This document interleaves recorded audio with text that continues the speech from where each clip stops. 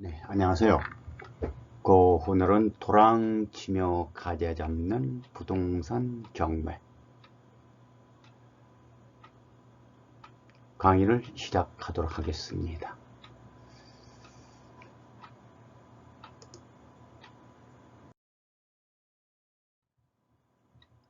오늘 이 강의 주제는 농지연금과 재테크, 도시민들한테는 주택연금이 있듯이 농업인들한테는 농지연금이라는 제도가 있습니다.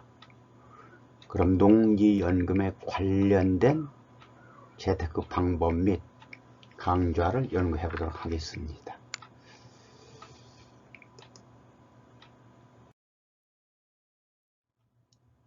농지연금이란 그럼 무엇인지, 농지연금이란 무엇인지, 농지연금이라 하면 만 65세 이상 고령 농업인이 소유한 농지를 담보로 노후 생활 안정 자금을 매월 연금으로 지급받는 제도를 말합니다.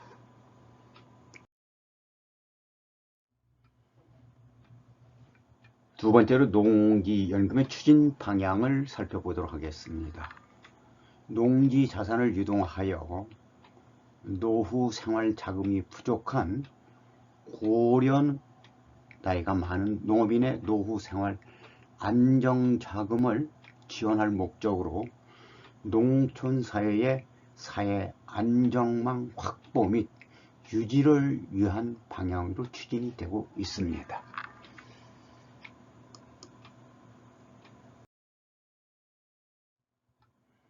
그럼 농지연금의 법적 근거를 살펴보겠습니다. 법적 근거로는 한국농어촌공사 및 농지관리기금법 제10조 및 24조의 법적 근거를 두고 있습니다.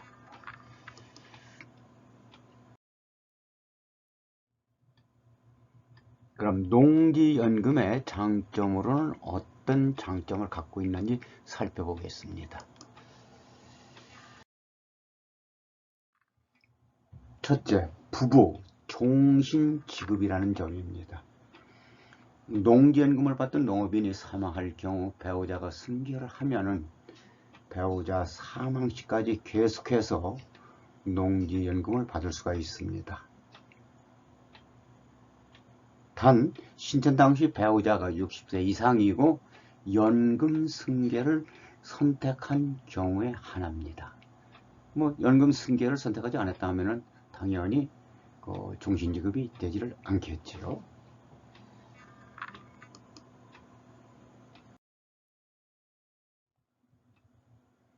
두 번째 장점으로는 연금을 받으면서 담보농지를 직접 경작을 하거나 임대를 할 수가 있어 연금 이외의 추가 소득을 얻을 수가 있습니다.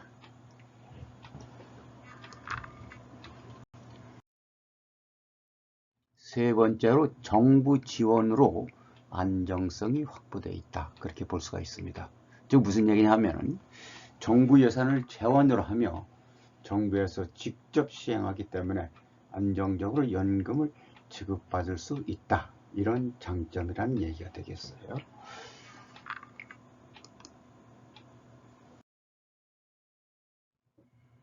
네 번째는 연금 채무 부족의 미청구. 연금 채무한 상환 시 담보농지 처분으로 상환하고 남은 금액이 있으면 상속인에게 돌려주고 부족하더라도 더 이상 청구를 하지 않는다. 그런 얘기가 되겠습니다. 혹시 다 이제 상환 농지를 처분해서 상환을 하고 남은 금액이 있다 하면은 상속인에게 돌려주지만은 부족하다 하더라도 더 이상 청구를 하지 않는다.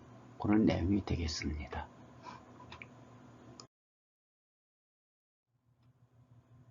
다섯 번째 재산세 감면 장점으로 재산세 감면 제도가 있습니다. 6억 이하 농지는 전액 감면되며 재산세가 감면되며 6억 원 초과 농지는 6억 원까지 감면이 된다는 점입니다.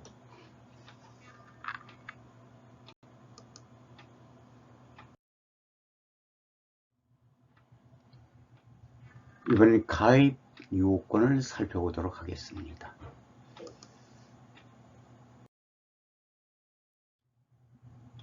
첫째, 가입 연령은 신청 연도 말일 기준으로 농지 소유자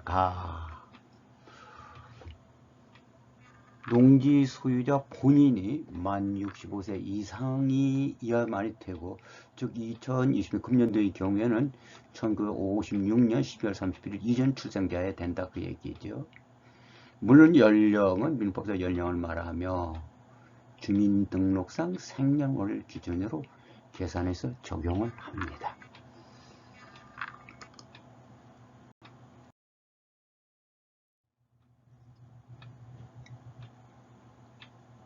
그럼 담보 가능 농지에 대해서 살펴보겠습니다.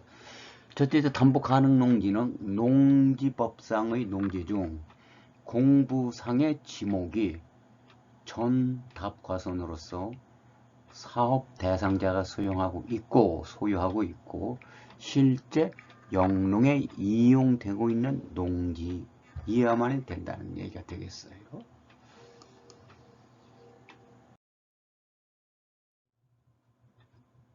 두 번째로 사업 대상자가 2년 이상 보유한 농지여야 된다.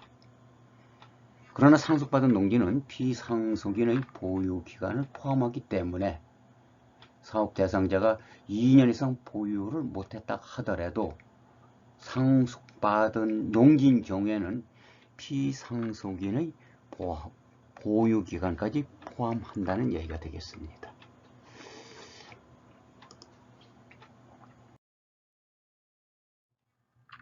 세 번째로 주소지 시, 군, 구에 담보농지가 소재를 해야 되고, 그와 연접한 시, 군, 구 또는 주소지와 담보농지까지 직선거리가 30km 이내의 지역에 위치하고 있는 농지여만이 된다는 얘기가 되겠습니다.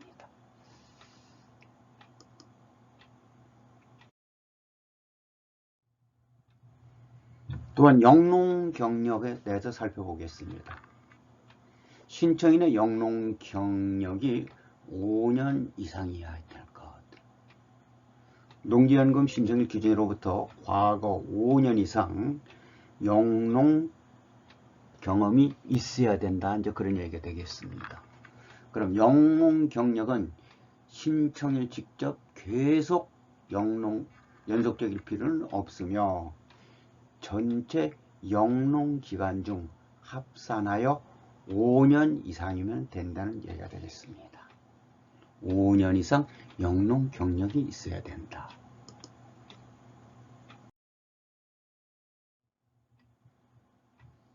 그 2번과 3번의 요건은 2020년 1월 1일 이후 신규 취득한 농지부터 적용이 된다는 것입니다. 저당권 등 지향 물건이 설정되지 아니한 농지. 단 선순위 채권 최고액 담보 농지의 가격이 100분의 15 미만인 농지는 가입이 가능하다. 그러나 압류, 가압류, 가처분 등의 목적물이 아닌 농지. 그리고 등기부상 그 담보 농지가 압류, 가압류, 가처분 등이 설정되어 있는 농지는 담보 농지로서 될 수 없다, 그런 얘기가 되겠습니다.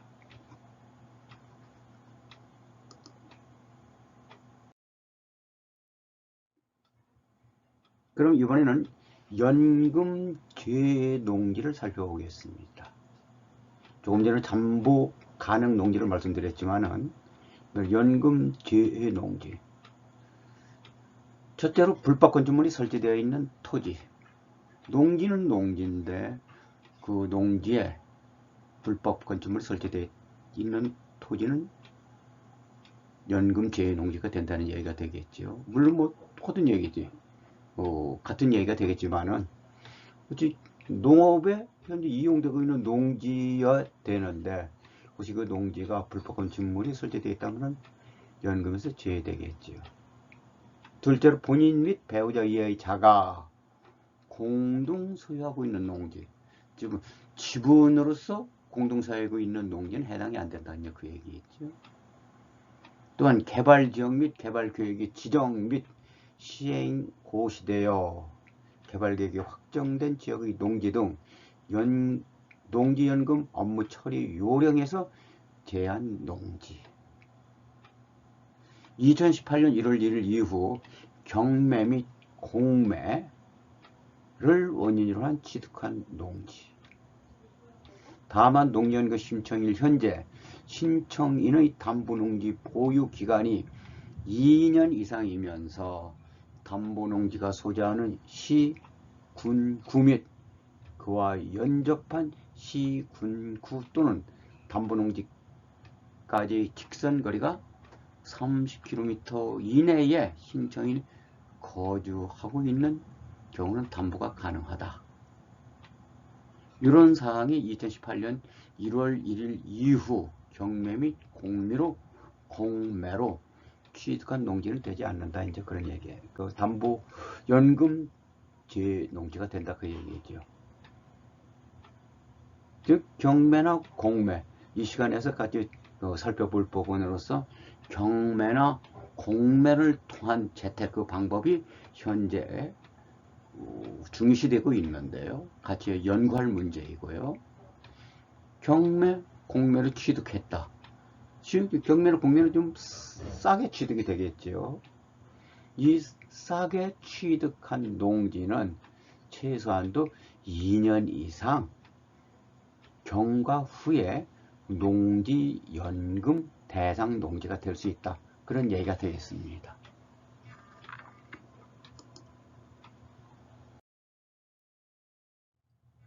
그럼 담보농지 평가 방법에 대해서 살펴보겠습니다. 담보농지 평가.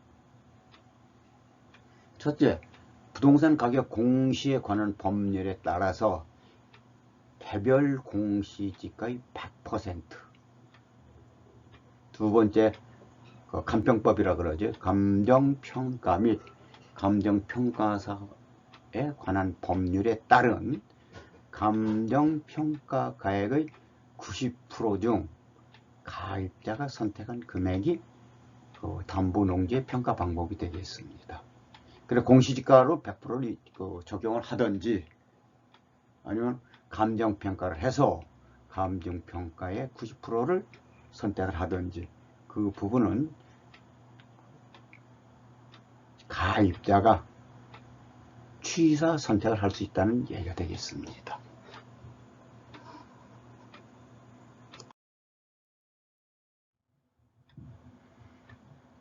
이번에는 근저당 설정 순위에 대해서 살펴보겠습니다. 첫 번째로 원칙은 1순위 근저당을 설정하나 해당 담보 농지에 설정된 채권 최고액이 담보 농지 가격의 15% 미만일 경우에는 가입이 가능하며, 둘째, 형제 자매 소유 농지를 담보로 농지연금에 가입할 수는 없다. 이 얘기는 뭐냐면은 근저당을 설정하는데 그 담보 농지 가액이 예를 들어서 10억 있을 경우 뭐 1억 5천만 원 정도 미만의 근저당이 설정되어 있다 하면은 그 정도의 근저당 설정 금액은 담보 농지가 가능하다. 이제 그런 얘기가 되겠고요. 두 번째로서 얘기하는 자녀 또는 형제 소유 농지를 담보로 농지연금에 가입할 수는 없다. 본인 소유의 농지에만 가능하다. 그런 얘기가 되겠습니다. 본인 소유의 농지.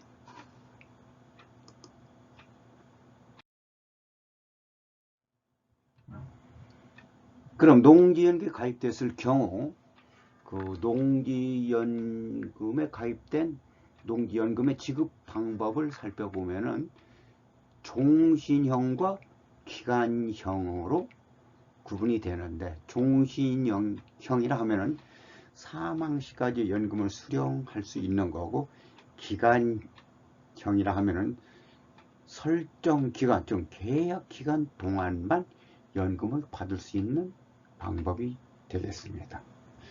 종신형과 기간형이 있다는 부분.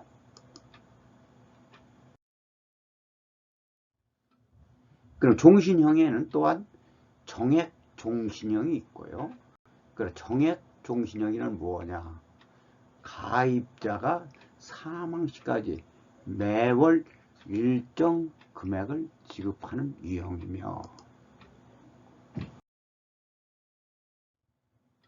전후 후박형, 가입 초기 10년 동안은 정액형보다 더 많이 받고 11년째부터는 더 적게 받는 형태를 전후 후박형이라고 말하며, 일시 인출형이라 하면 총 지급 가능액의 30% 이내에서는 필요 금액을 수시로 인출할 수 있는 유형을 말합니다.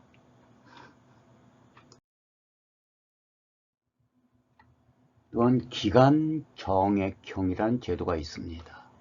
가입자가 선택한 일정 기간 동안 매월 일정한 금액을 지급받는 유형을 말합니다.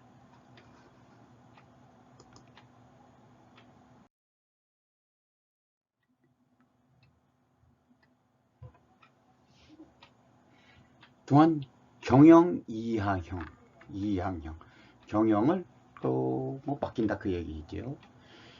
지급 기간 종료 시 공사의 소유권을 이전을 전제로 더 많은 연금을 받는 형태를 말합니다. 경영 이양형.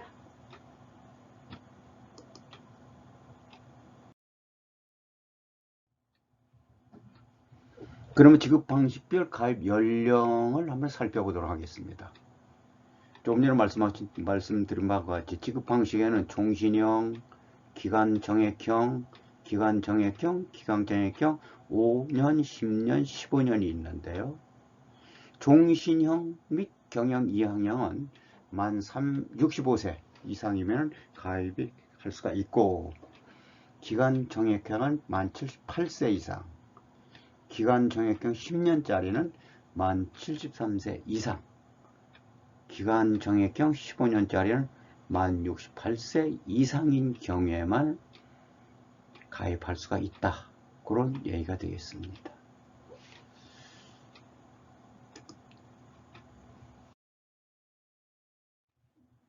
그럼 담보농지를 제공을 했으면은 적용 금리는 어떻게 되는지 살펴보겠습니다. 대출 이자율은 농지연금 가입 신청 시 신청자가 다음 중 한 가지를 선택할 수가 있습니다. 첫째, 고정금리 2%대의 고정금리. 둘째, 변동금리. 농업정책자금 변동금리 대출의 적용금리. 최초 월 지급금 지급일로부터 매월 6개월 단위로 재산정을 한다. 그 연금 대상의 이제 적용 금리는 고정금리와 변동금리가 있다는 부분.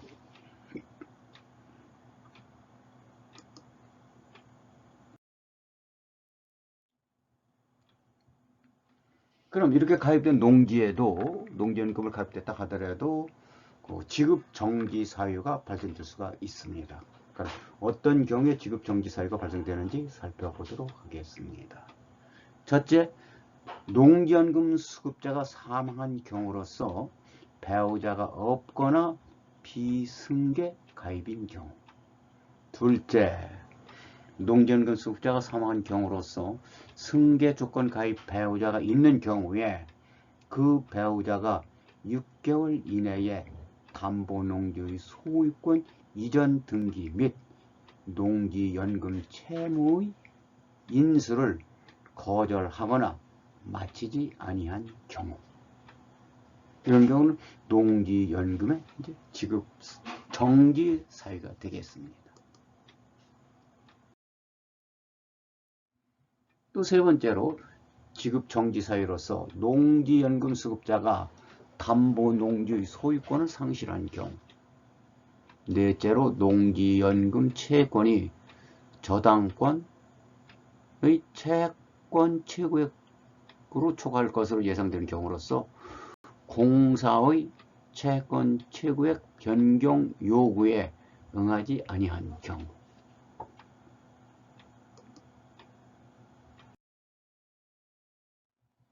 다섯 번째로 공사의 동의 없이 담보농지의 제한 물건 등을 설정한 경우.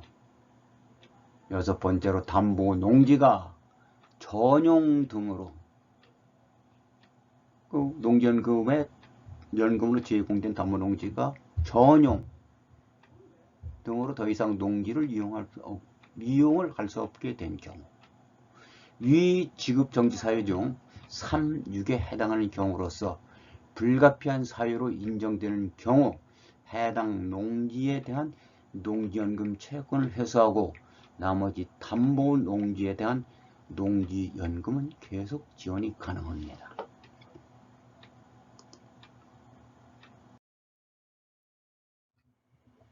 이번에는 마지막으로 가입 절차에, 농지연금의 가입 절차에 대해서 연구를 해보도록 하겠습니다. 농지연금의 상담 관계는 농지은행 또는 농지연금에서 접수 신청을 하시면 공사 직원이 연락을 드려 농지연금 가입 절차를 진행을 해드리며 농지가격 평가를 공시지가가 아닌 감정평가로 평가하시는 경우, 평가를 원하시는 경우에는 감정평가 동의서를 추가 제출하셔서 농지연금을 받겠다 하는 과정을 상담을 드리면 되겠습니다. 지금까지 농지연금 부분에 대해서 살펴보았습니다.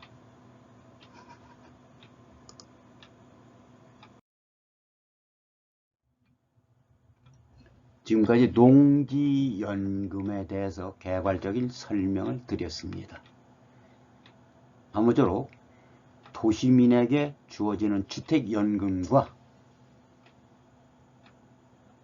농업인에게 주어지는 농지연금을 10분 활용하여 노후생활의 안정을 기할 수 있도록 여러분을 응원을 하겠습니다.